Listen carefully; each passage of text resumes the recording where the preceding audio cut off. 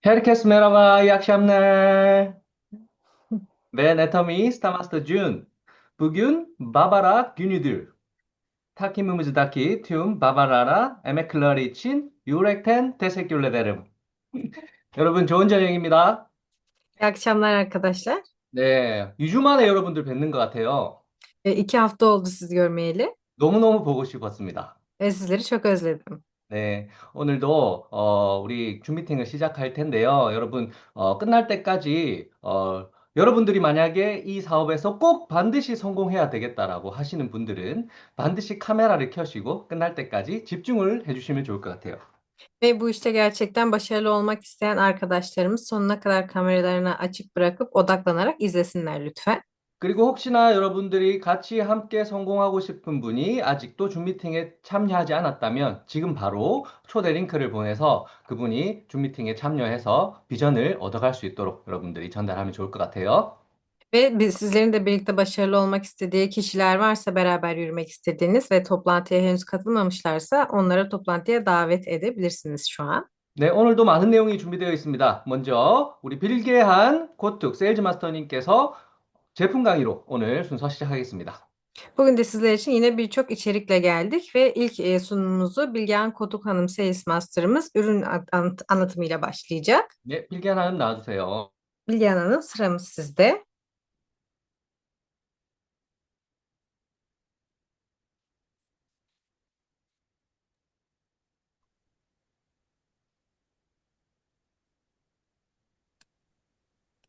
Geldin mi? 네, Evet, şu an geldiniz. Ekran Evet. henüz paylaşılmadı. Tamam. Tamam.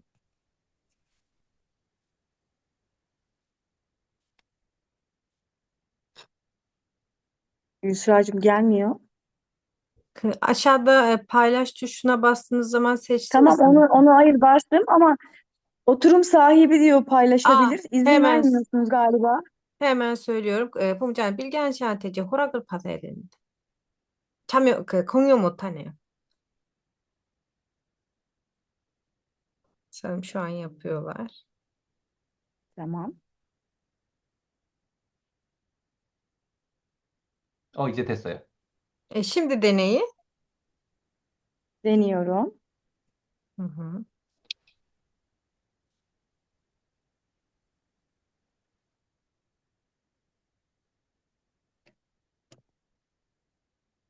Şu an Tamamdır. ekranda göründü mü? Evet. Tamam. Herkese iyi akşamlar diliyorum.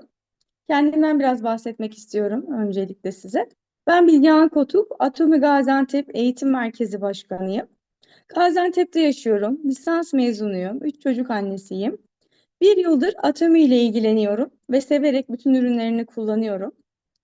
Ayrıca Team FC ekibinde olmaktan gurur duyarak yola devam ettiğimi söyleyerek size biraz bugün Hongsan'dan bahsetmek istiyorum.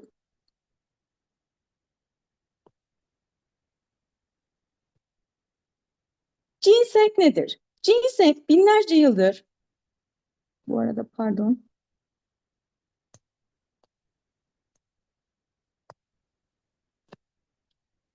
Ginseng binlerce yıldır Asya kültürü tarafından bilinen, tedavi amaçlı kullanılan şifalı bir bitkidir. Ginsengin kökü 6 yıllık bir yetişme sürecinden sonra hasat edilmektedir. Bazı bölgelerde 10 yıla kadar da devam etmektedir arkadaşlar. İnsan şekline benzetilmesi nedeniyle Çince'de insan bitkisi yani ginseng olarak adını oradan almaktadır. Ginsengin 2 çeşidi olduğu bilinmektedir. Bunların birincisi Asya cinsengi, diğer adıyla Kore cinsengidir. Amerikan cinsengi olmak üzere ikiye ayrılır. Kore cinsengi de beyaz ve kırmızı cinsengi olarak ikiye ayrılmaktadır kendi içerisinde. Ginseng bitkisinin yetişmesi için en iyi iklim koşulları Kore'de olması nedeniyle burada yetişen Panax ginsengin en yüksek kaliteye sahip ginseng türü olduğu bilinmektedir. Yüksek miktarda ginsenoidler içermektedir. 6 yıllık bitkilerin kökü genelde kök olarak kullanılıyor. Yetiştirilmesi oldukça zahmetlidir. Panax ginseng dediği arkadaşlar bitki dünyasında Panax ginsenge verilen addır. Aynı zamanda Panax'lar genelde iltihap giderici anlamına da gelmektedir ve Kore'nin Kımsan denilen bölgesinde üretilmektedir. Ginsenoidler ise antioksidan, antiinflamatuar, antikanser gibi bileşenlerin oluşmasından kaynaklı olarak bu ismi de almaktadır. Kore ginsenginin içeriğinde aynı zamanda 22 çeşit faydalı madde bulunmaktadır. Ayrıca yaşlanmayı geciktirici antioksidan maddeler, insülin benzeri maddeler içerdiğinden diğer ginsenglerden çok daha etkilidir. Ayrıca arkadaşlar bunun da etkisi şöyle oluyor. Kore'de bunlar fırınlanarak yapıldığı için etkisi daha uzun süre oluyor. Kore ginsengi tüm vücut sistemlerinin dengelenmesine yardımcı oluyor. Böylesine geniş olduğu için tüm vücudu kuvvetlendirdiğini de söyleyebiliriz. Homsamdanın bir poşeti içerisinde 20 miligram kırmızı ginseng içermektedir atominin içeriğinde. Burada bilim insanlarının her zaman atomi üzerinde çalışmalar yapıldığını gösterme amaçlıdır. Patentli, kolay taşınabilen granül şaseler halinde yapılmıştır. %100 Kore ginsengi dediğimiz normalde bazı ginsenglerin dışarısındaki tozları koruyucu maddelerden ve katkı maddelerinden oluşmaktadır arkadaşlar. Bundan dolayı %100 ginseng denilmektedir. %98'i kırmızı ginseng konsantre tozu toz haline getiriliyor ve %3'ü de ginsengin daha da böyle inceltilmiş kum şeklinde, tortular şeklinde alarak daha da inceltilerek dışı kaplanıyor. O yüzden tamamen %100 Kore ginsengi elde ediliyor. Ginsengin kendisinden elde edilmiş oluyor. Tüketilmesi ve taşıması kolaydır arkadaşlar. 100 gram ginseng granülü, iri taneli, 100 gram ginseng için çevirerek yutulması kolay, yanımıza taşıması kolay, ağızda kolayca eriyor. Patentli olması, %100 kırmızı ginseng ürünü olması çok önemli. Çünkü etkisi daha uzun süre gösteriyor. Herhangi bir katkı maddesi olmadığından dolayı küçük halde elde edilerek bize daha kolay ve daha erişim sağlıyor. Burada da görüldüğü üzere. Cinsenoid içeriğiyle belirtiliyor burada da. Gıda ve İlaç Güvenliği Bakanlığı ginsengi diyor ki RG1, RB1 ve eğer bir ginseng kullanacaksanız RG3 değerlerini ambalaj üzerinde belirtmektedir. Bunlara kontrol ederek kullanılması gerektiğini söylüyor ve bizde de kesinlikle vardır. Burada da görünüyor arkadaşlar. Önce kutunun arkasındaki bu değerleri mutlaka kontrol etmeliyiz diyor. O zaman %100 tamamen ginseng olduğunu anlayabiliriz demek istiyor. Aynı zamanda bu RG1, RB1 dediğimiz bu bileşenler sayesinde uzun süre saklanabiliyor. Hem de vücut üzerinde etkisini daha kısa sürede gösteriyor. Ayrıca arkadaşlar Kore ginsenginin içerisinde şundan da bahsetmek istiyorum. Kendisinde retinol, A vitamini yani B vitamini, B2 vitamini, B3 vitamini, B12, C vitamini, E vitamini, kalsiyum, demir ve fosfor içeriğine de sahiptir. Bunları da kendinde barındırıyor doğal olarak. Burada aldığı patentleri gösteriyor arkadaşlar. Gelelim faydalarına. Kore ginsengi antioksidandır. Vücut direncini ve dayanıklılığı arttırarak bizim bağışıklığımızı güçlendiriyor. Enerji düzeyimizi yükseltiyor. Atletik performansımızı geliştiriyor. Yorgunluk hissini yok ediyor. Konsantrasyon eksikliğini gideriyor. Zihinsel performansı arttırıyor. Stresi azaltıyor. Kötü kolesterolü düşürmeye yardımcı oluyor. Kandaki kortizol hormon düzeylerini düşürebildiği biliniyor.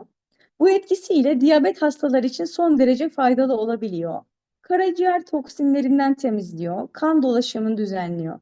Kısacası sağlıklı bir yaşam isteyen herkes için kalp, akciğer, sindirim sistemi, karaciğer ve böbrekler üzerinde tonik etkisi oluşturabiliyor.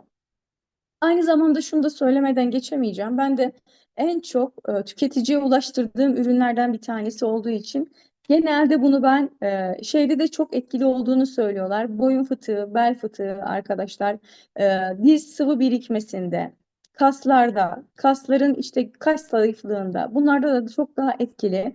Aynı zamanda işte SRP'lerimiz son zamanlarda artıyor, yükseliyor mesela. SRP'yi çok ciddi şekilde düşürdüğünü söyleyip Devamlı hastaneye yatan hastalarımızın birçoğunun bununla fayda gördüğünü bana belirtiyorlar arkadaşlar. Bunlarda da çok etkili olduğunu söyleyebilirim. Yetişkinler için günlük bir paket kullanmamız yeterli oluyor. Normalde bir insanın şöyle söyleyeyim size 3 miligram alması gerekiyor ama bizdeki tek bir şase içerisinde 20 miligram olduğu için günlük ihtiyacımızı çok fazlasıyla karşılıyor. O yüzden sadece tek bir şase bile kullanmamız yetebiliyor günlük olarak. Direkt ya da suyla karıştırılarak içebiliyor. Suya karıştırıldığında arkadaşlar bir tortular, kalıntı olabiliyor. Bu da doğallığını gösteriyor zaten. Bunun için bir sıkıntı yoktur. Devam edebilir. Onu tortularıyla birlikte içebiliriz. Alerjisi olanlar ya da diyabet olanlar, tıbbi ilaç kullanan kişiler tüketmeden önce ürün içeriğini dikkatle okumaları gerekiyor. Bunu aslında şöyle söyleyeyim, kemoterapi gören hastalara bile verilebiliyor. Araştırmalar sonucu herkesin kullanılabileceği, çok bir yan etkisinin olmadığı, sadece bu bitkiye alerjisi olanların dışında herkesin kullanılabileceğini söyleyebiliriz. Hatta küçükler dediğim ben mesela 15 yaşı ve üzerindeki insanlara, yani 18'e kadar 20'ye kadar olan kişilerde yarım paket olarak verilebiliyor. Bunlar araştırmalar sonucunda da e, ortaya konuluyor, yani verildiği. Aynı zamanda nem ve sıcaktan dolayı yapış yapış granüllerin içerisi kendisi olabiliyor, birbirine yapışabiliyor. Bu bizi eğer aldığımızda korkutmamalı arkadaşlar. Bu da doğal olduğunun gerekçesinden dolayı böyle oluyor. Doğrudan serin bir yerde muhafaza edebiliyoruz. Özellikle buzdolabında saklamaktan kaçınmamız gerekiyor. Korkmamalıyız. Zaten dediğimden dolayı yukarıdan da söylemiştim. Bu RB1 dediğim bileşenler sayesinde nem tutmuyor. O yüzden sıcak yerlerde herhangi hiçbir yerde bir sıkıntı yaşamadan kullanılabiliyor. Nemden dolayı birbirine yapışabiliyor. Telaş etmememiz gerekiyor arkadaşlar. Benim sunumum buraya kadardı. Çok teşekkür ediyorum. Beni dinlediğiniz için herkese iyi akşamlar diliyorum tekrar. 네, 홍삼단에 대해서 아주 자세하게 설명해 주신 우리 빌기한 하나님께 박수 한번 부탁드리겠습니다. Ginseng'e dair bize verdiği detaylı bilgiler için Bilgehan Hanım'a tekrardan bir alkış alalım. 네, 진생은 한국에서 가장 건강기능식품으로서 많이 알려진 그리고 한국에서 가장 많이 팔리는 제품으로 알려져 있습니다. Ginseng Güney Kore'de sağlık takviye gıdaları içerisinde en çok satılan ürünlerden bir tanesidir. 여러분들의 면역력을 지켜줄 굉장히 훌륭한 제품이니까 많이 많이 섭취해 보시면 좋을 것 같아요. Ve bağışıklığınızı yükseltecek en iyi ürünlerden biri olduğu için sizler de bol bol tüketin. 네, 다음은 사업 강의인데요. 오늘은 여러분들께 오토 판매사가 되는 방법에 대해서 알려드리도록 하겠습니다. Şimdi ise iş sunumunda bugün sizlere Auto Sales Master'lığa dair bilgiler vereceğim. 네, 화면 보이시나요, 유스? Ne? 네, 오토 판매사. 여러분, 애터미에서 다양한 단계가 있지만 이 오토 판매사까지의 목표가 정말 중요한 단계예요. Biliyorsunuz ki Atomi'de birçok adım var. Fakat bunların içerisindeki en büyük adımlardan bir tanesi Auto Sales Master'lıktır. 애터미 성공이 100이라고 하면 거의 90까지 온 단계가 아마 오토 판매사라는 단계입니다. Atomi'de eğer 100 tane adım olduğunu varsayarsak Auto Sales Master'lığa geldiğiniz zaman 90'ını bitirmişsiniz demektir. 오토 판매사가 완성이 되면 여러분들이 4만 리라 이상이 되는 수당을 계속 꾸준하게 받을 수 있기 때문에 여러분들이 애터미 사업을 전업으로 할 수 있는 단계이기도 합니다. Ve Otosales Master olduğunuz zaman ayda 40 bin TL'lik sürekli bir komisyon kazanmaya geçmiş olursunuz ve bu da sizleri tamamen aslında bir maaşlı bir sisteme çevirmiş olur. 저희 팀의 목표도 앞으로 많은 오토 판매사들을 양성하는 것으로 방향성을 잡고 달려나갈 생각입니다. Ve bizim ekibimizin içerisinden birçok otosalesler çıkarmak hedeflerinin arasında. 먼저 오토 판매사가 무엇인지 여러분들께 설명해 드리겠습니다. Önce sizlere Otosales Master'lığın ne olduğunu açıklayalım. 세일즈 마스터는 본인의 점수가 70만 PV가 되고 보름 동안 좌측 우측에 250만 PV의 매출이 활성화되면 달성이 됩니다. İlk olarak Sales Master'lığı açıklamak istiyorum. Kişisel puanınız 700 bin PV iken sağ ve sol kollarınızda belirtilen süre içerisinde 2,5 milyon PV biriktiği zaman iki kolunuzda da Sales Master olmuş olursunuz. 우리가 2년 전에 세미 세일즈 마스터라는 프로모션이 도입이 되었고, 세미 세일즈 마스터는 좌우측에 150만 PV만 달성을 하면 한 달에 한 2만 1000리라 정도 얻을 수 있는 단계입니다. Ve 2 sene önce de meydana gelmiş olan Semsales promosyonu bulunuyor. Semsales promosyonunda ise sizler belirtilen bu dönem içerisinde 2,5 milyon, 2,5 milyon değil de 1,5 milyon, 1,5 milyon PV elde ederseniz Semsales olursunuz. 처음으로 여러분들이 에이전트라는 단계에서 세미 세일즈 마스터라는 단계를 거쳐서 세일즈 마스터라는 단계까지 여러분들이 이런 단계별로 여러분들이 성장하게 되어 있습니다. Ve sizler de bu şekilde başlayarak ilk hedefinizi oluşturduktan sonra Sales Master'lık hedefini koyup bu şekilde başlayabilirsiniz. 여러분들이 상반기, 하반기를 다 세일즈 마스터를 유지를 하시면 한 달에 4만 4천 리라 정도의 고정 수입을 커미션으로 받을 수 있습니다.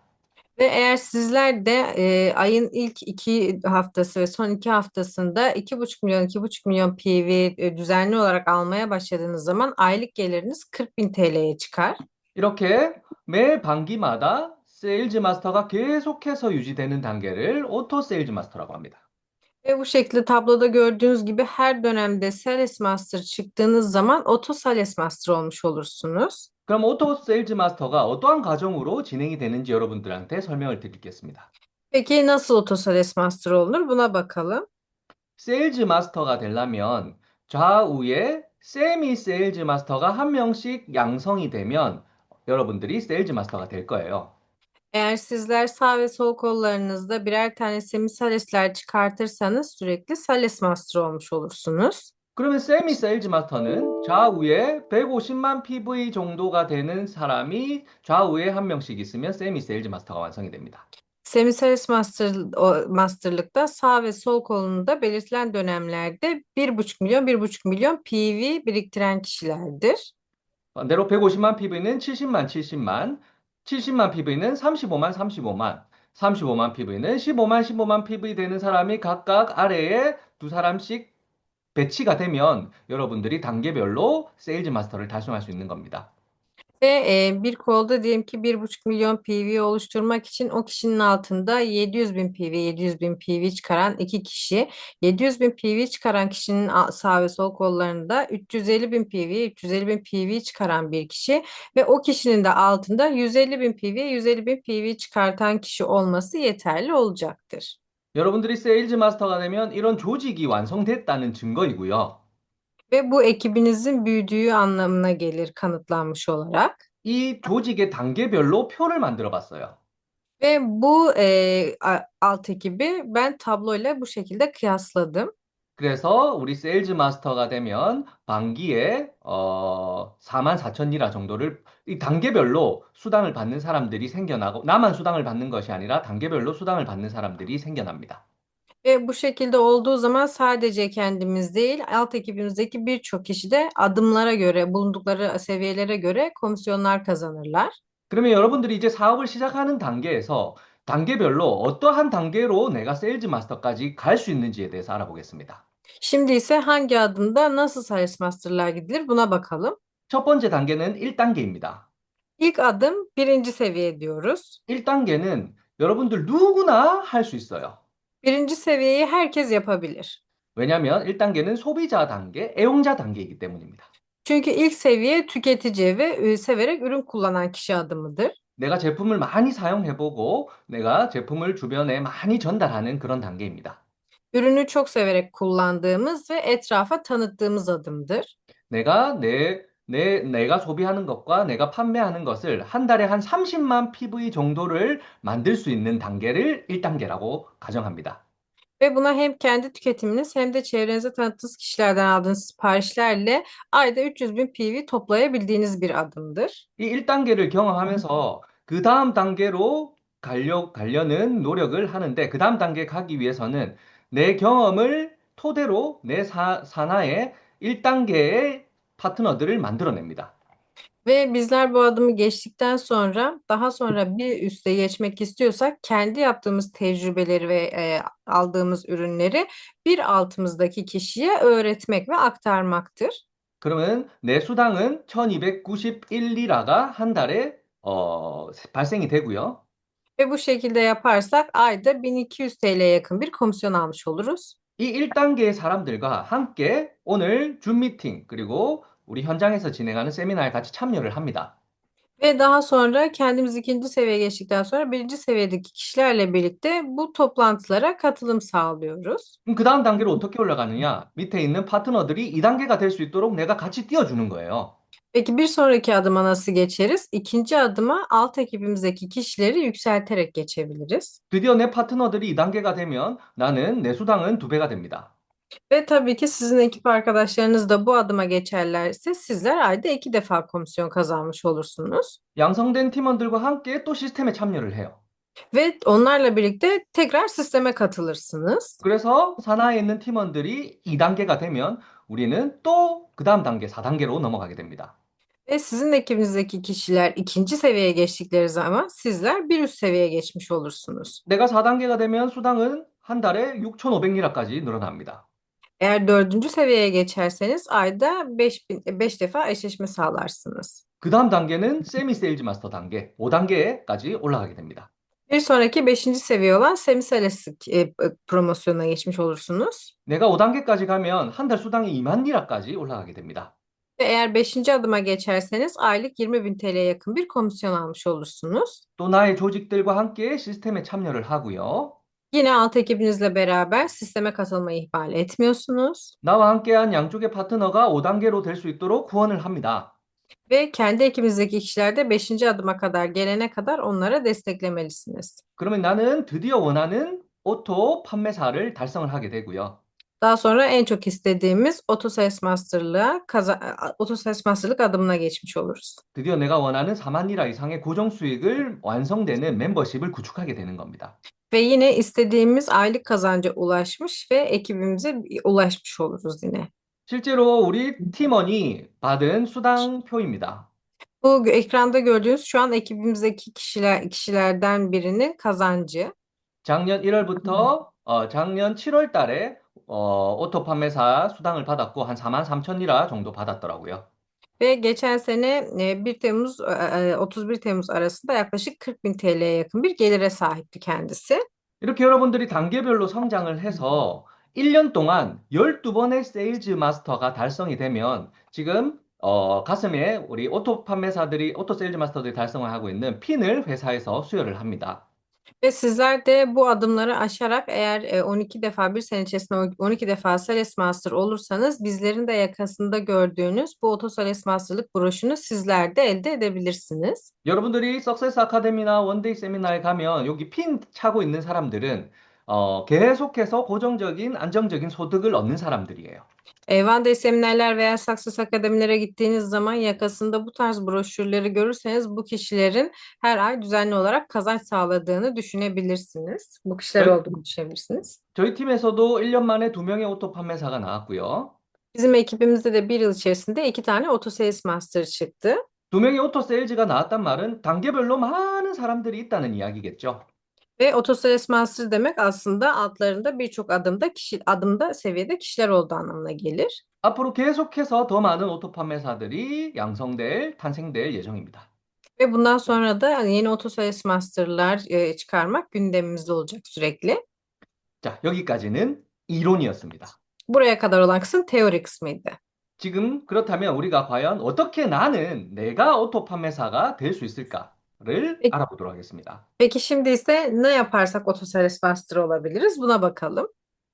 첫 번째로는 제일 중요한 거, 내가 먼저 제품을 사용해 보는 거예요. İlk olanı en önemli şeylerden bir tanesidir. Öncelikle ürünü kendimiz kullanmalıyız. 우리 제품을 내가 먼저 사용해보고 내가 제품에 대한 그런 원리를 외우는 것이 아니라 이 제품을 사용해보고 내가 감동을 받아야 돼요. Bizim yapacağımız ilk iş bu ürünleri kullanıp nasıl ürünler olduğunu bakmak değil, bu ürünleri kullanıp gerçekten etki görmek, 내 피부가 좋아지는 것을 경험을 하고요. cildimizin güzelleştiği tecrübesini elde etmek 이런 건강식품을 통해서 내가 아침에 일어났을 때 더 개운하게 일어나는 것을 경험을 해야 돼요. veya takviye gıdaları kullandıktan sonra sabah daha dinç bir şekilde uyandığımızı tecrübe etmemiz gerekiyor. 그 감동을 전달을 해야 내 산하에 소비자들이 생겨나는 거예요. Bu etkileri paylaşmalıyız ki etrafımızda tüketiciler çoğalsın. 우리도 매일 저녁 우리 팀원들 분들 계속해서 우리 제품을 실제로 사용을 하고 내 pi부가 정말 좋습니다. 다른 사람보다 훨씬 어린 나이입니다. 라고 하는 경험을 가지고 있습니다. Ve bizim ekibimiz de sizlerin de bildiği gibi her akşam bu bakımlarını yaparak çevrelerine kendilerinden emin bir şekilde yaşlarından çok daha genç göründüklerini güzel bir şekilde aktarabiliyorlar. 이런 경험을 전달하면 그 제품에 대한 관심을 가지는 사람들이 더 많이 생기게 되고 그 사람들이 내 산하의 멤버가 되는 거예요. Ve bu şekilde tecrübelerinizi paylaştığınız zaman hem ekibinizi çoğaltırsınız hem de onlar da bunu yapmaya yönelmiş olurlar. 이렇게 내가 계속해서 제품을 애용하고 내가 소개한 사람들의 애용자들이 생기면 이제는 첫 번째 세일즈 마스터에 도전을 해야 됩니다. Ve bu şekilde ürünleri kullanmaya başlayıp etkilerini gördük ve daha sonra çevremize tanıtmaya başladıktan sonra ilk hedefimiz Sales Master'lık olmalı. 어느 정도의 멤버십이 쌓여 있으면 내가 보름 동안에 좌우 250만 PV, 250만 PV를 할 수 있도록 집중해서 도전하는 기간이 반드시 필요합니다. Ve biraz daha ekibimizi büyüttükten sonra buna odaklanarak Sales Master olmak için belirtilen süre içerisinde elimizden geleni yaparak Sales Master'lığı yapmaya çalışmalıyız. 이 첫 번째 도전으로부터 오토 판매사로 가는 첫 번째 계단을 밟고 올라가는 거라고 할 수 있습니다. Ve bunu aslında Sales Master'lığa giderken ilk adımı atmak ve o merdivenin ilk basamağını çıkmak olmak diyebiliriz. 이 도전을 통해서 정말 많은 것을 배우게 되고요. Ve bu meydan okumayla birçok şey öğrenmiş olursunuz. 이 도전을 통해서 정말 많은 사람들한테 알리게 되고요. Ve bu meydan okuma aracılığıyla birçok kişiye ürün tanıtırsınız. 이 도전을 통해서 정말 엄청난 성장이 일어나게 되어 있습니다. Ve bu meydan okumayla çok büyük başarılar elde edersiniz. 그래서 여러분들의 스폰서와 충분히 협의를 한 상태에서 여러분들은 과감하게 도전을 해야 돼요.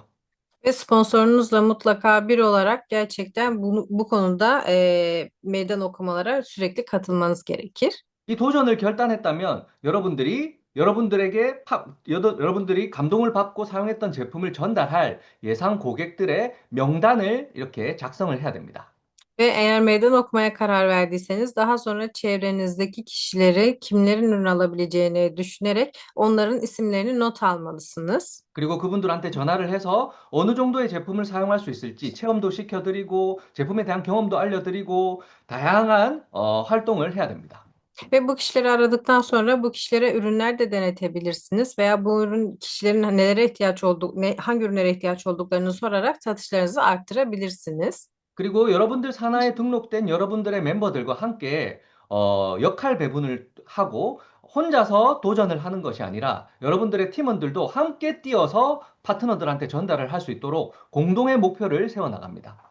Ve bu şekilde alt ekibinizi büyüttükten sonra sadece kendi meydan okumanız değil, alt ekibinizdeki kişilere de az önce gösterdiğimiz gibi onlara da kazanç sağlayarak ekibinizi büyütmeye devam etmelisiniz. 그리고 공동의 목표가 설정이 됐다면 도전 기간 동안 여러분들이 많은 사람들을 만나고 체험도 시켜드리고 그분들과 소통하는 기간이 반드시 필요합니다. Ve bunu da hedef haline getirdikten sonra etrafınızdaki kişilerle buluşmak, onlara ürün denetmek ve bu süre zarfında da yeni siparişler almak en önemli adımlardan bir tanesidir. 이렇게 전달을 할 때는 아까 말씀드린 대로 여러분들이 제품의 감동을 전달을 해야 되고 제품의 감동과 함께 여러분들이 이 제품에 대한 이해 그리고 이 제품이 어떤 제품인지 왜 이 제품을 사용해야만 되는지에 대해서 학습을 한 상태에서 전달을 하면 그 효과는 더 배가가 됩니다. Ve bu ürünleri denetirken sadece ürünü denetmekle kalmamakla beraber bu ürünleri neden kullanmalıyız? Hangi problemler için bu ürünler kullanılmalı? Ürünleri de özellikle çok daha iyi bilmemiz gerekir. 이렇게 첫 번째 세일즈 마스터를 달성을 하는 거예요. Bu şekilde ilk Sales Master'lığı yapabilirsiniz. 첫 번째 세일즈 마스터를 달성한다고 해서 오토 판매사가 된 건 아니에요. Fakat bir kere Sales Master olmak demek Sales Master olduğunuz anlamına gelmez. 여러분들이 계속해서 세일즈 마스터가 될 수 있도록 또 도전 계획을 세우고 또 도전을 하고 또 도전 계획을 세우고 또 도전 계획을 하는 과정이 또 필요한 겁니다.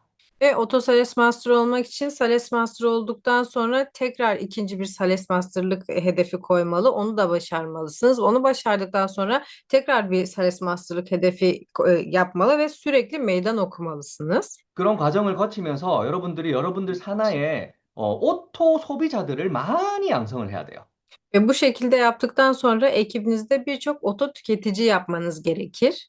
오토 소비자란 어떤 사람들이냐면 그들 스스로 제품이 필요해서 쇼핑몰에 들어가서 구매를 하는 사람, Peki oto tüketici dediğimiz şey nedir? İhtiyacı olan ürünleri kendiliğinden uygulamaya girerek alan kişilerdir. 그리고 제품을 사용해 본 제품을 주변에 소개까지 하는 사람, Ve kullandığı ürünleri etrafındakilere de tanıtan kişidir. 소개를 하는 거에 거치지 않고 스스로 회원 등록까지 하는 사람을 오토 소비자라고 합니다. Ve sadece kendi başına ürün alıp kullanmasıyla kalmamakla beraber başkalarını da üye yapan kişilere oto tüketici diyoruz. 이런 오토 소비자들을 많이 많이 만드는 거예요. Bu şekilde birçok oto tüketici oluşturuyoruz aslında. 이분들이 오토 소비자가 되기 위해서는 여러분들이 제품도 전달을 해야 되고 제품 소개하는 방법도 알려줘야 되고 회원 등록하는 방법까지도 알려줘야 되는 거잖아요. Fakat tüketici oluşturmak için de çok fazla ürün tanıtmanız gerekir. Ürün tanıttığınız zaman onların ürün eğitim bilgilerini vermelisiniz ve onlara nasıl üyelik yapabileceklerini anlatmalısınız. 그런 관리를 해야 된다라는 겁니다. Bu şekilde bir takip yapmalısınız. 그리고 오토 소비자들이 이렇게 생겼잖아요. Ve diyelim ki oto tüketicilerimiz meydana geldi. 그러면 그 오토 소비자들이 그냥 제품을 사용하는 것이 아니라 본인도 수당을 받으면서 제품을 사용할 수 있도록 알려주는 거예요. O zaman o oto tüketicileri yaptıktan sonra da bırakmıyoruz. Onların da aynı şekilde ürün zaten alacakları için onların komisyon kazanmalarını sağlayarak ürün almalarını sağlamalıyız. 그것을 알려주기 위해서는 직접 만나서 우리 앱을 켜서 당신의 왼쪽에 이만큼의 멤버십도 쌓이고 포인트도 쌓여 있으니 오른쪽에 등록을 해서 오른쪽으로 제품을 구매하면 여러분들이 수당을 받을 수 있습니다라고 수당을 받으면 그 다음 단계로 올라가서 이 정도의 수당을 받을 수 있습니다라고 설명을 해줘야 돼요. Ve daha sonra bunu yaptıktan sonra yapmamız gereken şey o kişiyle bizzat yüz yüze görüşmeliyiz. Yüz yüze görüştükten sonra uygulamayı açarak kendisine sol kolunda şu kadar üyelerin biriktiğini ve bu kadar puanın geldiğini, kendisinin de nasıl birçok alışveriş yaptığı için sağ koluna da üyeler eklerse eğer birinci seviyeye gelip şu kadar kazanacağını veya ikinci seviyeye gelip şu kadar kazançlar elde edebileceğini o kişiye bildirmeliyiz. 물론 설명을 하다 보면 이 수당에 대한 관심을 가지고 아, 나도 수당 한번 받아봐야 되겠어라고 사람을 등록시키고 여기에 대한 굉장한 관심을 가지는 사람도 있지만 또 그렇지 않고 그냥 제품만 사서 쓴다는 사람도 많이 있습니다. Bunu söylediğiniz zaman ben birilerine ekleyip buradan komisyon kazanabilirim diyen kişiler de çıkacaktır. Fakat bunu duymasına rağmen hiçbir şekilde ilgilenmeyen kişiler de olacaktır. 그러면 제품을 사용한다는 사람은 그냥 제품을 사용한다는 사람대로 그대로 두고 이 수당에 관심이 있는 사람들을 통해 우리가 집중 관리를 해서 그 다음 단계로 상승을 시키는 거예요. Sadece ürün kullanmak isteyenleri onlara ürün kullanmalarını bırakacak şekilde ilerledikten sonra biraz daha ilgisi olup bu işten komisyon kazanmak isteyen kişilere daha fazla odaklanıp onlar üzerinde eğer ilgilenirsek bizim kendi ekibimize katılma imkanları yükselmiş olur. 그리고 이런 수당에 관심이 있는 분들을 세미나에 초대를 하는 겁니다. Ve komisyona ilgisi olan kişileri de seminerlere davet etmeliyiz. 세미나를 통해서 듣다 보면 귀가 열리고 관심이 더 늘어나게 되어 있거든요. Ve seminerlere katıldıktan sonra kulaklarını daha fazla açıp ilgisini daha fazla arttırabilirsiniz. 그분들과 함께 단계별 성장을 해 나가는 거예요. Ve bu kişilerle birlikte aslında o belirttiğimiz seviyelere gelerek başarılı olmuş oluyoruz. 그래서 처음에는 이렇게 듬성듬성 도전을 해서 달성을 했던 세일즈 마스터가 나중에는 그 간격이 주기가 좁아지게 되는 겁니다. Daha sonra tabloda gördüğünüz gibi arada bir olunan Sales Master'lık daha sonra sıklaşmaya başlar. 나중에는 내가 오토 판매사를 도전할 때 했던 노력만치 하지 않아도 자동으로 이렇게 다이아몬드 마스터 이상, 샤론 로즈 마스터 이상 계속해서 유지가 되는 단계가 완성이 될 거예요. Ve daha sonra bu Otosales Master'lığa geldikten sonra Otosales Master'lıkta yaptığımız bütün o çaba ve emeklerin yarısını bile yapmasak bile Diamond Master'lık veya Sharon Rose Master'lığa kadar gidecek şekilde Otosales Master'lığı tamamlamış oluruz. 그런데 여러분, 애터미에서 내가 만약에 도전을 안 하면 성공할 수 있을까요? 라고 물어보는 사람들이 있어요. Fakat şöyle soranlar var. Eğer meydan okuma yapmasak Atomi'de başarılı olabilir miyiz? 정답은 무엇일까요? Cevap nedir sizce? 도전을 하지 않으면 애터미에서는 절대 성공할 수 없습니다. Eğer meydan okumazsanız Atomi'de asla başarılı olamazsınız. 우리가 소비자만으로 성공할 수 있는 플랜이 아니에요. Biz sadece tüketici olarak kazanabileceğimiz bir plana sahip değiliz. 애터미 사업은 계속해서 내 하부의 파트너들이 나와 같은 역량을 가질 수 있도록 만들어주는 그런 내 파트너들이 성공시켜줘야만 나도 성공하는 그런 시스템입니다. Çünkü Atomi sadece kendimizin kazanç sağlayabileceği değil, bizim ve ekibimizin birlikte kazanç sağlayabileceği bir iştir. 애터미 사업은 비단 내려오는 에스컬레이터를 걸어서 올라오는 것으로 비교할 수 있어요. Atomi'yi aslında inen bir merdiveni çıkacağımız bir merdiven gibi düşünebilirsiniz. 여러분들의 에스컬레이터가 내려오는 속도보다 더 빨리 뛰어 올라가야 그 다음 단계로 올라갈 수 있습니다. Fakat sizler de bu yürüyen merdivenler aslında çıkarken yürüdüğünüz zaman daha hızlı bir şekilde ulaşabilirsiniz gitmek istediğiniz yere. 나는 천천히 할게요. 나는 멤버십들을 다 만들어 놓고 도전을 시작할게요라고 이야기하는 사람들이 있어요. Ve ben yavaş bir şekilde başlayacağım ya da ekibimi büyüttükten sonra başlayacağım diyen kişiler de vardır. 그런데 나의 멤버십들은요, 내가 도전을 하지 않으면 내 밑에 있지 않고 도전하는 사람 쪽으로 이동을 하게 되어 있습니다. Fakat bu şekilde yaptığınız zaman alt ekibinizde bulunan kişiler de sizlerle gitmek istemeyebilir ve daha hızlı bir şekilde ilerlemek isteyen kişilere gitmek isteyebilirler. 그래서 여러분들은 계속해서 도전을 시도해야 되는 거예요. Bu yüzden sürekli meydan okumayı denemelisiniz. 우리가 계속해서 하는 활동 중에 이런 나의 비전 선언문이란 게 있어요. Ve bizim en çok yaptığımız şeylerden bir tanesi de benim vizyonum dediğimiz bir beyannamemiz var. 내가 언제까지 세미 세일즈 마스터에 가겠다. 내가 언제까지 세일즈 마스터에 가겠다. 내가 언제까지 오톱 세일즈 마스터가 될 것이고, 내가 언제까지 리더스 클럽이 될 것이고, 내가 언제까지 로얄 리더스 클럽이 될 것이란 거를 미리 여러분들이 목표를 세우고, 이 목표를 여러분들의 파트너, 그리고 스폰서들한테 부르짖고 외쳐야 돼요. Ve böyle bir vizyon beyan kısmında hangi tarihte ne zaman Sales Master olacağınızı, hangi tarihte ne zaman Auto Sales Master olacağınızı, hangi tarihte ne zaman Liderler Kulübü'ne gireceğinizi veya hangi tarihte Royal Liderler Kulübü'ne gireceğinizi sponsorlarınıza ve tüm ekip arkadaşlarınıza aslında bağırarak duyurmalısınız. 만약에 두렵고 여러분들이 하기 어렵고 힘든 생각이 들면 진짜 열정적으로 할 것이다라는 하는 척이라도 해야 돼요. Ve eğer gerçekten bundan çekinir, korkarsanız elinizden geldiği sürece e, daha böyle hızlı şekilde yapmak istemekten korkacaksınızdır. 그래야 여러분들의 스폰서는 여러분들을 쳐다볼 거고요. Fakat ne kadar isteğinizi gösterirseniz sponsorunuz sizi o kadar çok görür. 여러분들의 파트너들도 여러분과 함께 사업을 하고 싶어 할 거예요. Çünkü bu şekilde olursanız ekip arkadaşlarınız da sizin gibi kişilerle çalışmak isterler. 그래서 여러분들도 이 비전 선언문을 꼭 작성하셔가지고 여러분들의 파트너 스폰서들한테 이 목표를 저는 반드시 달성할 겁니다라고 계속해서 부르짖고 외치는 활동을 하시면 좋을 것 같아요.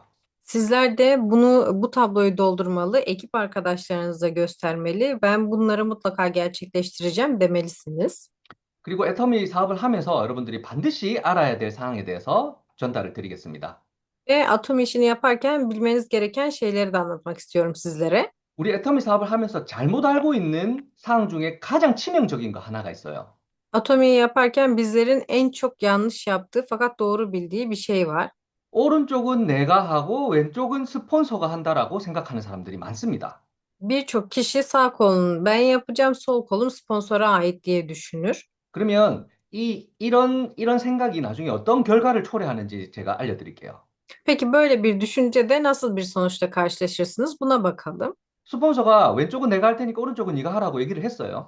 Sponsorunuz dedi ki solunu ben yapacağım, sağını sen yap. 그래서 나는 오른쪽으로만 계속 등록을 시켜 내려 나갔어요. Bu yüzden siz de sürekli sağ kolunuza üye eklediniz. 왼쪽에는 등록된 사람은 많이 있더라고요. Solunuzda birçok üye var 그래서 저는 계속 오른쪽만 등록시켜 내려 나간 거예요.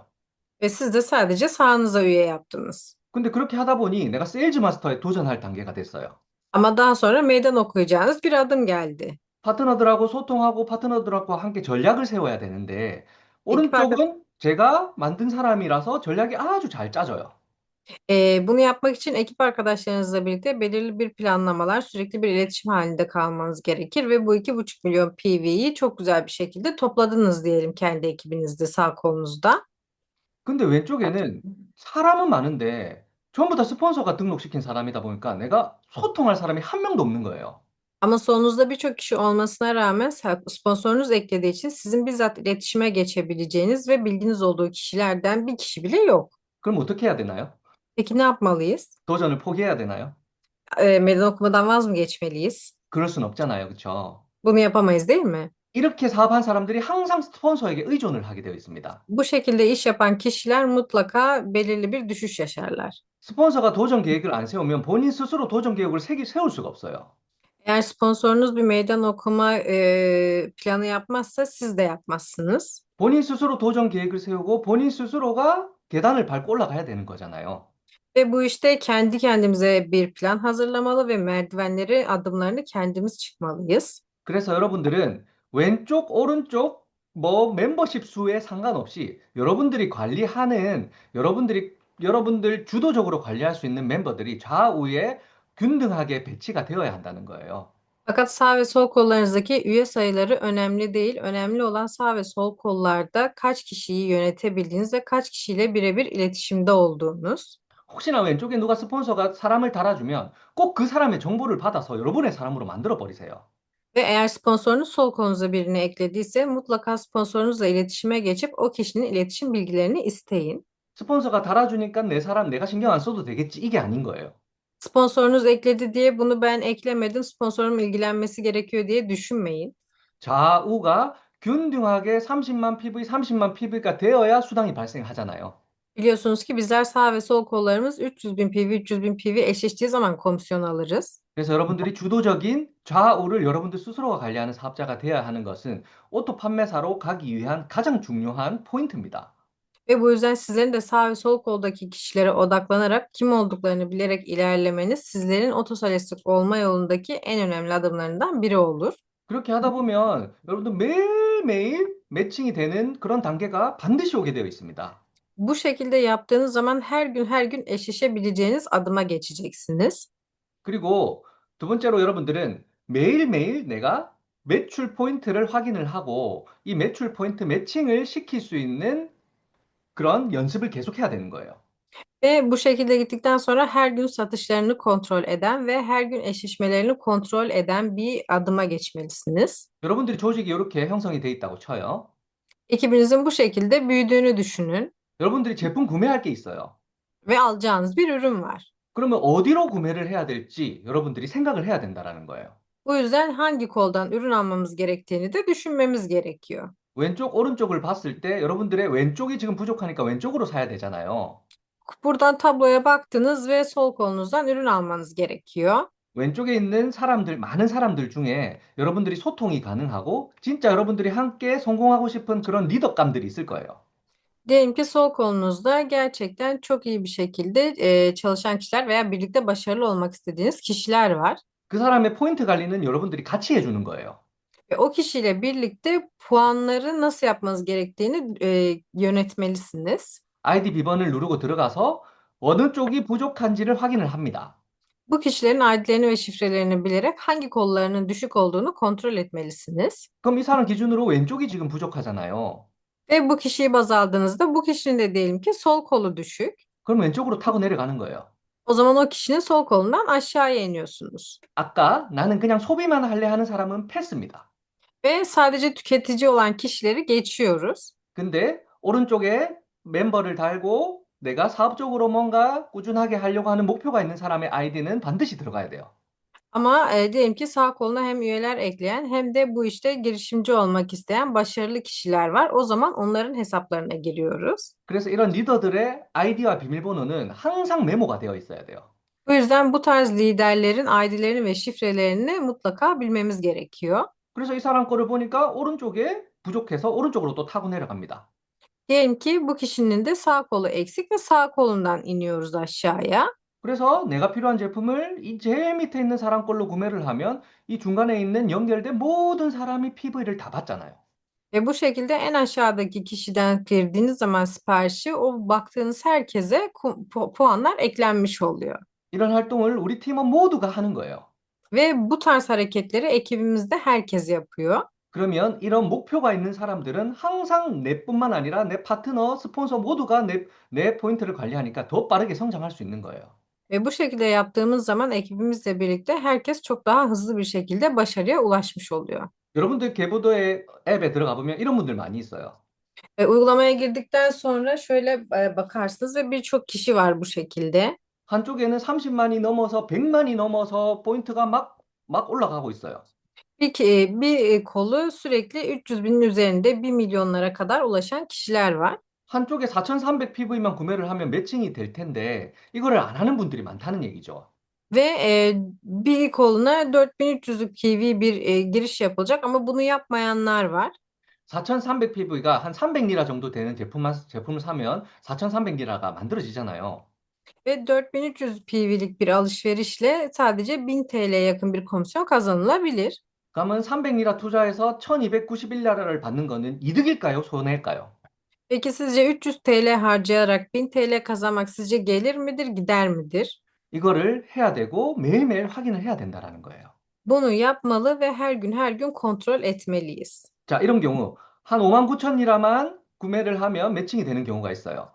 Diyelim ki 59 bin PV'lik bir alışveriş gireceksiniz ve 1200 TL kazanacaksınız. 5만 9천 리라 내가 포인트 뜰 때까지 기다려야지 하는 사람들이 많이 있다는 얘기예요. Aramızda 59 bin PV'ye ulaşana kadar bekleyen birçok kişi oluyor. 근데 여러분 5만 9천 리라 PV는 한 1,500리라 정도 되는 제품을 구매하면 살 수 있어요. 59 bin PV'yi 1500 TL harcayarak elde edebilirsiniz. 여러분들이 1,500리라 주고 여러분들이 필요한 제품 구매하고 여러분들의 PB를 채워서 수당도 받을 수 있고 여러분들의 사나의 멤버까지 도울 수 있다면 이게 이득일까요, 손해일까요?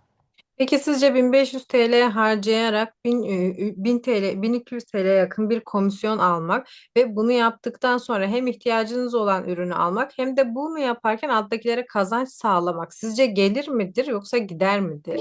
이 활동을 나도 하고 내 파트너도 하고 내 스폰서도 해야 된다라는 거예요. Bu tarz hareketleri biz de yapmalıyız, sponsorumuz da yapmalı ve ekip arkadaşlarımız da yapmalı. 그래야 그룹의 꾸준한 성장이 일어납니다. Bu şekilde yaparsak grubumuzda istikrarlı bir başarı elde edebiliriz. 그렇게 모든 팀원들이 합심해서 이런 활동을 배우고 복제시켜 나가고 계속해서 하다 보면 매일매일 매칭이 되는 순간이 온다고요. Ve bu şekilde yaptığımız hareketleri alt ekibimize yaptığımız zaman ve onların da bu şekilde çoğalmalarını sağlarsak her gün eşleşmeye başlarız. 그래서 예전부터 우리는 한국 앱이 나오기 전부터 우리는 한국 앱을 통해서 포인트 관리를 하십시오. 포인트를 실시간 매출을 확인을 하십시오.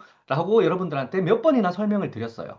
Ve bizler bu yüzden sizlere birçok kez Kore uygulamasına girin, eş zamanlı olarak puanlarınıza bakın, puanlarınızı kontrol edin diye sürekli söyledik. 근데 드디어 22일 날 앱 자체가 한국 앱으로 완전히 한국 시스템으로 바뀝니다. Fakat sonunda ayın 17'sinde sistemimiz Kore uygulamasıyla tamamen aynı şekilde değişecek. 한국 시스템 매출 확인이 굉장히 용이하게 되어 있어요. Kore uygulamasında uygulama eşleşmelere bakmak oldukça kolay. 그래서 시스템이 나오기 전에 미리 한번 살펴보겠습니다. Ve sisteme geçmeden önce bir tanıtım yapalım tekrar. 여러분들이 한 일주일 남았으니까 미리 한번 앱을 깔고 연습을 해보세요. Yaklaşık bir haftaya yakın bir zamanımız kaldı. Sizler de şimdiden pratik yapmaya başlayın. 한글이 나오면 당황하지 마시고요. Korece görür görmez hemen şaşırmayın. 영어로 바꾸는 방법입니다. Bu Koreceyi İngilizce çeviren yöntem şu an. 당연히 터키 앱이 개설이 되면 터키어로 활용이 가능하겠죠. Ve tabii ki Türkiye'ye çıktıktan sonra Türkçe seçeneği de eklenecek. 네. 그래서 이 화면을 보면 여러분들이 이 다양한 숫자들이 있어요. 이 숫자들이 뭔지를 알아야 돼요. Ve uygulamaya girdiğiniz zaman birçok rakamla karşılaşacaksınız ve bu rakamların ne anlama geldiğini bilmeniz gerekiyor. 이 한국 앱에는 오늘자 매출도 볼 수 있고 어제자 매출도 볼 수 있고 반기에 보름 동안에 얼마나 누적되어 있는지도 확인을 할 수가 있습니다. Kore uygulamasına girdiğiniz zaman bugün gelen PV'leri, dün gelen PV'leri veya belirtilen 15 günlük süreçler içerisinde, dönemler içerisinde ne kadar puan biriktiğini görebilirsiniz. 한눈에 모든 현황들이 드러나기 때문에 굉장히 여러분들이 계산하기 편해요. Ve tek seferde birçok şey görebileceğiniz için hesap yapmak çok kolay olacaktır. 이 작은 숫자는 오늘자 기준으로 발생한 매출입니다. Yukarıda gördüğünüz ok işaretiyle küçük PV olan bugün eklenen PV'leri gösterir. 이 큰 숫자는 이때까지 쌓여 있는 매출과 오늘자 매출이 합쳐져서 이만큼이 누적되었다라고 하는 표시예요. Büyük rakamla yazılanlar ise şu ana kadar kolunuzdaki puanlar ve o gün gelen puanlarıyla birlikte toplam puanlarınızı gösterir. 이 밑에 있는 숫자는 어제자까지 누적돼 있는 PV입니다. En altta görülen rakamlarsa sizin düne kadar olan puanlarınızdır. 그럼 이 밑에 있는 숫자와 오늘 발생한 거를 더하면 이 큰 숫자가 되겠죠. Ve en alttaki küçük rakamla en üstteki küçük rakamı topladığınız zaman ortadaki büyük rakamı verir size. 요 정도만 이해하고 여러분들이 앱 나왔을 때 봐도 바로 이해가 될 거예요. Ve bu kadarını bilseniz bile uygulamaya girdiğiniz zaman görür görmez anlayacaksınızdır. 그리고 내 산하의 멤버가 몇 명인지, 나의 PV가 얼마나 쌓여 있는지도 한눈에 파악이 가능합니다. Ve tek sayfada kaç tane ekibinizde üye olduğunuzu ve kişisel puanınızın ne kadar olduğunu görebiliyorsunuz. 그리고 어제자를 클릭을 하면 어제자 기준으로 얼마가 누적이 되어 있는지를 또 확인을 할 수가 있어요. Ve dün tarihli dönüş yapıp yaparak ne kadar puanınızın olduğunu da teyit edebilirsiniz. 어제자 기준으로 여러분들이 9만 7, 왼쪽에는 9만, 오른쪽에는 37만인데 여러분들이 앱솔루트 하나를 구매해야 되잖아요. Ve baktığınız zaman mesela sağ kolunuzda 370, sol kolunuzda 90.000 PV var ve siz de bir absolute set alacaksınız. 그러면 여러분들이 아까 설명드린 여러분들의 리더를 쭉쭉쭉쭉 찾아 내려가서 왼쪽 맨 아래에 있는 리더 걸로 구매를 하고 혜택을 받은 사람한테 다 전화를 하는 거예요. Ve daha sonra yapacağımız şey düşük olan kolunuzda sol kolunuzdaki liderlerinize gelerek onların kollarına yaparak en alttaki kişiden puanları girip herkese kazandırmalısınız. 그럼 이 사람들이 다 전화를 받고 왼쪽에 20만 피번에 떴네 하면서 오른쪽에 또 관심을 가질 수가 있겠죠. Ve bu şekilde yaptığınız zaman onları aradığınız zaman o zaman biz de sağ kolumuza bakarsak komisyon alabiliriz diye ilgilerini de çekebilirler. 그래서 내가 어제자로 구매하는 연습을 계속 해야 된다라는 거예요. Bu yüzden dün tarihli satış girmenin pratiğini sürekli yapmalıyız. 애터미 사업이 그냥 제품 전달하고 제품 구매하고 이런 게 아니라 사업자라면 이런 전략을 펼쳐 나갈 수 있어야 돼요. Atomi'de girişimci olduğunuz için sadece satış yapmak veya sadece ürün anlatmak değil, bu tarz stratejileri de bilmeniz gerekiyor. 그러면 나의 모든 팀원들이 다 나만 이런 전략을 펼쳐 나가는 것이 아니라 내 모든 팀원들이 이런 전략을 펼쳐 나가잖아요. Ve bu şekilde sadece siz değil, ekibinizle birlikte herkes bu stratejiyi uygular. 모두가 서로를 도와주기 위해서 애쓰고 있다면 Ve herkes o zaman birbirine yardım etmek için çaba harcarsa ne olur? 성장이 더 빨라지는 거예요. Başarımız çok daha hızlı bir şekilde ilerler. 그럼 비결을 여러분들이 이해를 하고 이 사업을 해야 된다라는 겁니다. Bu yüzden karşılaştırma yaparak bu işi yapmalısınız. 그렇게 됐을 때 내가 할 일이 점점 줄어들고 이 시스템이 모든 일을 다 하는 거예요. Bu şekilde yaptığınız zaman sizin yapacağınız iş daha da azalır ve sistem zaten sizin yerinize aslında bu işi yapmaya başlar. 왜냐하면 우리 사업은 판매하는 사업이 아니라 시스템을 통해서 소득을 얻는 사업이거든요. Çünkü bizim işimiz satış işi değil, sistem aracılığıyla sistem gelirini oluşturma işidir. 그래서 이 시스템을 잘 이해를 해야 돼요. Bu yüzden bu sistemi çok iyi anlamalıyız. 22일 날 앱이 나오면 우리가 곧장 또 연구를 해서 여러분들한테 앱 사용 방법을 다시 또 설명드리도록 하겠습니다. Ve uygulama artık kullanılmaya geçildiği zaman size uygulamanın kullanımına yönelik de tekrar bir sunum yapacağız. 우리 팀 FC에서 새로 나온 앱을 가장 잘 사용하는 팀으로 만들어 버리겠습니다. Ve TMFC ekibimizi en iyi uygulamayı kullanan ekip haline getireceğiz. 그리고 여러분, 매월 6일이나 7일이 되면 이렇게 주황색이 뜬 사람들 있잖아요. Ve her ay ayın 6'sı ile 7'sinde bu şekilde alt kollarınıza turuncuya dönen kişiler olacaktır. 이 사람들은 여러분들이 어떤 수단과 방법을 가리지 말고 무조건 살려야 돼요. Bu kişilere sizler herhangi bir komisyon ya da başka bir şey öğretmektense hemen kurtarmanız gerekir. 지금 당장에는 관심이 없지만 나중에는 얼마든지 관심을 가질 수 있는 사람들이 대부분이거든요. Ve şu anda herhangi bir ilgisi olmasa bile daha sonra ilgisi çıkan birçok kişi var bu şekilde. 우리 임페리얼 마스터님께서 했던 얘기가 있어요. Imperial Master'ın söylediği bir söz var. 내가 사업 초창기에 이렇게 주황색 된 사람만 잘 살려놨어도 나는 훨씬 더 빨리 임페리얼이 됐을 것이다라고 이야기를 하더라고요. Ve şöyle söylüyor, ben sadece alt ekibimdeki turuncu kişileri kurtarsam bile Imperial'a gidebilirim. 여러분들의 계보드에 들어가서 주황색이 된 사람이 있으면 과감하게 전화를 해서 아이디라도 살려놓으세요. Ve sizler bu kişileri arayarak mutlaka zorla bile olsa hesaplarını kurtarmaya çalıştırmaya çalışın. 반드시 지금 당장에는 그게 큰 효과가 나타나지 않더라도 나중에는 그런 것들이 쌓이고 쌓여서 여러분들한테 큰 성과를 가져다 줄 거예요.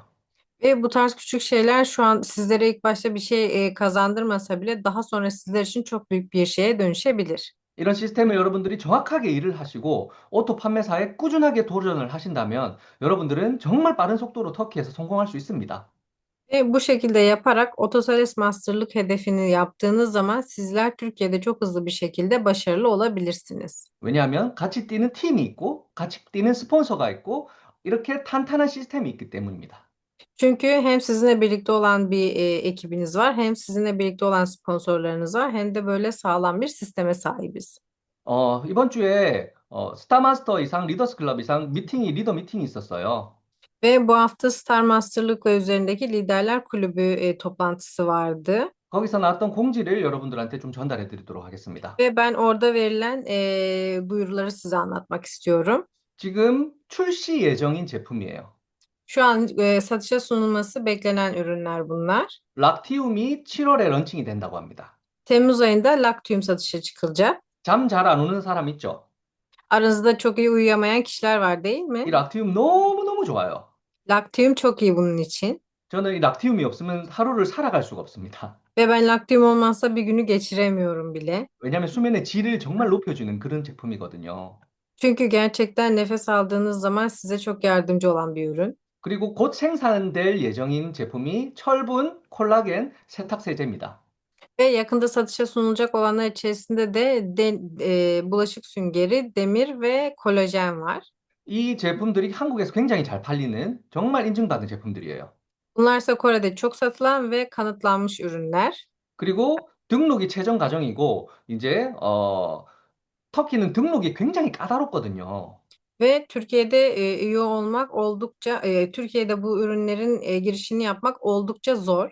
근데 지금 등록을 진행하고 있는 최종 과정, 곧 출시될 제품들이에요. Fakat bunlarsa bu aşamalardan geçmiş, yakında satışa sunulacak olan ürünler. 감자라면, 그다음에 애플 페논. Patatesli ramen ve elmalı stikler. 애플 페논은 이 뱃살 나온 사람들 엄청 좋을 거예요. 뱃살만 제거해주는 그런 제품입니다.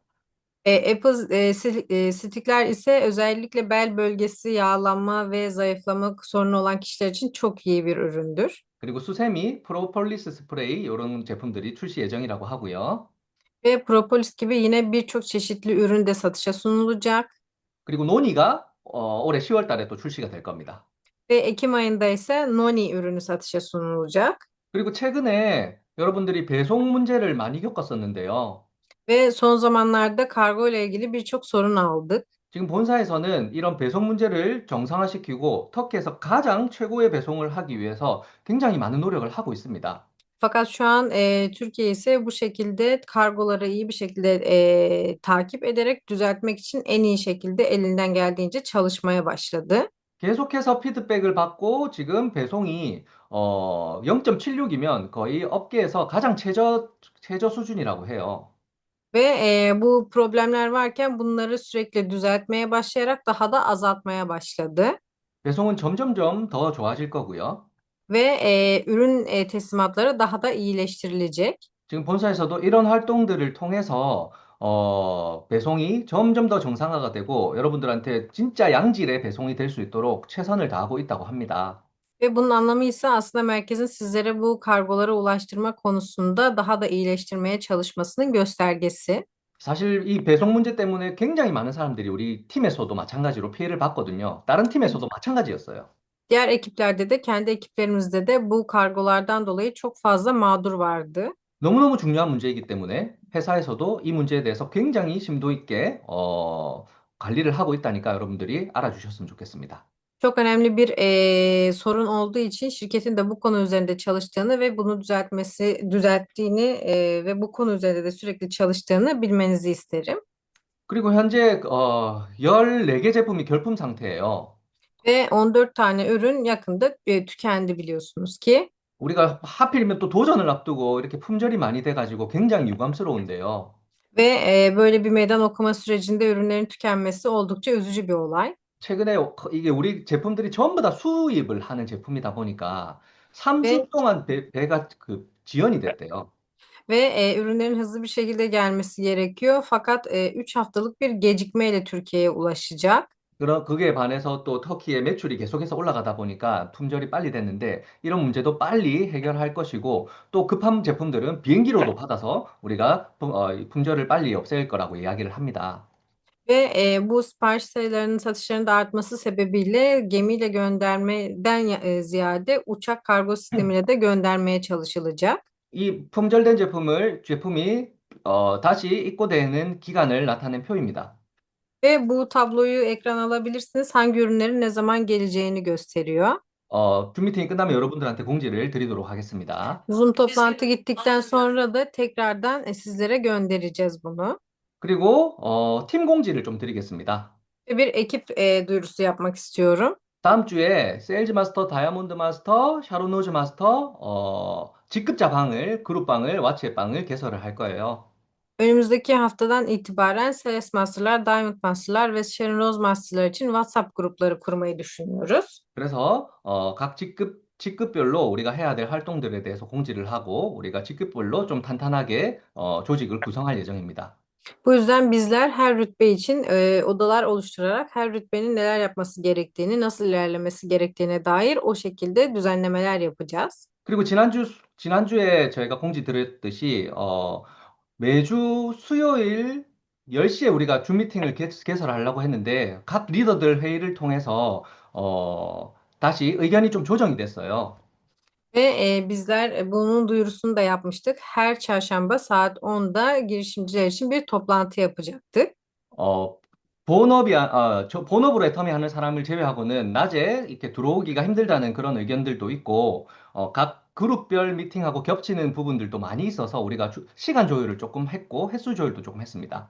Ve bizler bu yüzden hem gündüz vakti olduğu için katılamayacak birçok kişinin olduğunu hem de çarşamba günleri birçok kişinin ekip toplantısı olduğu için zaman konusunda biraz güzellik sağladık.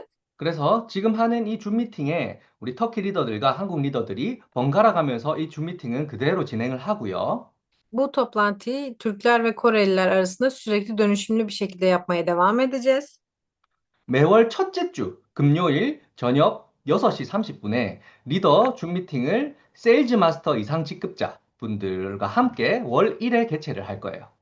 Ve bizler her ayın ilk haftası Cuma günü akşam 6.30'da sadece liderlerin olacağı Sales Master ve üzeri kişiler için de girişimcilere yönelik bir sunumumuz olacak. 그러니까 한 달에 한 번 직급자 회의가 따로 개최가 되는 거예요. Her ay bir defa sadece rütbe alanlar için yapılacak bir toplantı olacak. 그래서 우리가 이 줌 미팅을 통해서 좀 더 줌 미팅의 그런 질을 향상을 시키고요. Ve bizler bu Zoom toplantılı aracılığıyla ekibimizi biraz daha geliştirmek üzerinde duracağız. 더 나은 시스템이 될 수 있도록 최선을 다해서 이 줌 미팅에 집중을 해볼 생각입니다. Ve bunun için de elimizden geleni yaparak daha iyi bir şekilde odaklanarak bu toplantıları gerçekleştireceğiz. 네, 오늘 다양한 내용을 여러분들께 전달을 해드렸는데요. 여러분들 잘 적으시고 잘 양지하셨나요? Bugün sizlere birçok çeşitli bilgi verdik. İyi bir şekilde not alıp güzelce dinlediniz mi? 우리 팀은 이번 6월 하반기를 계기로 올해 하반기에 굉장히 빠른 속도로 성장을 할 예정입니다. Ekibimiz artık bu dönemden başlayarak hızlı bir şekilde ilerleme durumuna geçecek. 6월 하반기에 또 도전을 하시는 분들, 그리고 우리 팀의 전체 큰 도전을 앞두고 있거든요. Ve Haziran ayında birçok kişi meydan okuyacak ve takım meydan okuması meydana gelecek. 도전을 하시는 분들은 정말 본인의 열정, 본인이 할 수 있는 모든 것을 다해서 이 도전을 반드시 성공시키고요. Ve bu tarz meydan okumalarda meydan okumaları yapan kişiler elinden geldiğince bunu çok fazla yapmaları gerekir. 각 팀에서 협력하는 분들, 그리고 각 팀에서 이 도전을 지켜보고 계시는 분들도 함께 여러분들의 도전이라 생각하고 도전하는 분들을 도와서 함께 도전을 하셨으면 좋겠습니다. Ve sizler de ekibinizde meydan okuyan kişiler varsa kendi meydan okumanız olarak düşünüp onlarla birlikte olmalı ve onları desteklemenizi dilerim. 이런 도전 시스템이 계속해서 복제가 되고 우리 팀의 sistemi 점점 더 업그레이드 되면 진짜 터키에서 우리 팀을 따라올 수 있을 팀은 거의 없을 거라고 저는 생각을 합니다. Ve bu şekilde meydan okuyarak ilerlediğimiz zaman ve meydan okumalarda birbirimize destek olduğumuz zaman ve bunu sistem haline getirdiğimiz zaman Türkiye'de bizden daha iyi bir grup çıkacağına ben inanmıyorum. 우리는 진짜 꿈과 열정은 목표를 가진 사람이고 반드시 성공해야 되는 사람들이잖아요. Bizler hayalleri ve hedefleri olan kişiler ve bunları mutlaka gerçekleştirecek olan kişileriz. 우리 여기 있는 한국 리더들 마찬가지로 진짜 이 터키 사업에 목숨 건 사람들이에요. Ve burada olan birlikte kişiler ve Koreli sponsorlarımızla birlikte hayatımızı ortaya koyup bunu gerçekleştirmek istiyoruz. 여러분들이 손잡고 같이 뛰면 여러분들도 같이 성공할 수 있는 거예요. Ve sizler de elimizden tutup bizimle geldiğiniz zaman sizinle birlikte başarılı olacağız. 그 성공을 여기 계신 여러분들과 함께 할 테니까요. 믿고 여러분들 이번 도전 진짜 최선을 다해서 도전하시기 바랍니다. Ve bu meydan okumalarda da yine sizlerin elinizden tutacağımız için sizler de hep birlikte olup elinizden geldiği sürece birbirimize destek olarak bu meydan okumayı güzelce tamamlayalım. 네, 오늘 저희 강의는 여기서 마치겠습니다. Bugünkü sunumu burada bitiriyorum. 자, 우리 홈페이지 나와서 또 추첨하시고 사진 해주세요. Ve şimdi Humbe'ye gelecek. Hem fotoğraf çekeceğiz hem de çekilişimizi yapacağız. Herkese merhaba. Ben de benim çocuğum baba. Teşekkürler baba라 gün이요. 다 같이 먼저 사진 한번 찍을까요? Hep birlikte bir fotoğraf çekelim mi? 가장 항상 예쁘지만 오늘 더 아름다운 모습으로 찍겠습니다. Her zaman güzelsiniz ama bugün de yine en güzel halinizle çekeceğim sizi. 자, 찍겠습니다. 1, 2, 1. 계속 포즈를 취하고 있어 주세요. Pozumuzu sabit tutalım. çok güzel. 시즌인 헬자만 güzel ama bugün de çok güzel. Bugün daha güzel. Bir dahaki tamam. kolay gelsin. 다 자, 됐어요? 이제 추첨하도록 하겠습니다. 네. Şimdi çekilişimize geçiyoruz. 추첨은 3분 마스크 하도록 하겠습니다. 3 kişiye maske vereceğiz.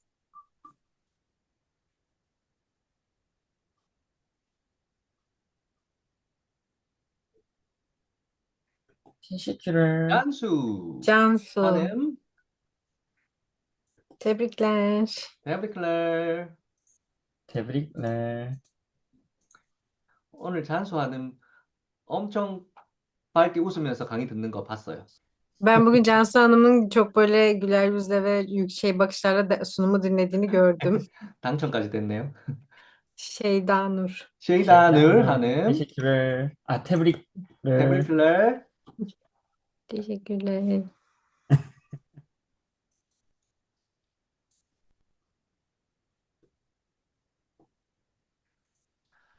Cavidan Akta. 네, 당첨되신 분들은 각 팀의 리더분들께 꼭 배송 정보를 알려주시면 좋을 것 같아요. Kazanan kişiler mutlaka sponsorlarına bilgilerini versinler. 여러분도 오늘도 좋은 저녁 되시고 내일부터 시작되는 도전 화이팅입니다. Bugün de iyi bir akşam geçirmenizi ve meydan okuma için şimdiden sizlere başarılar diliyorum. Görüşürüz. İyi akşamlar. Görüşürüz. İyi akşamlar. 몰라카 바샤랄르 하디 하디 하디 Görüşürüz. İyi de.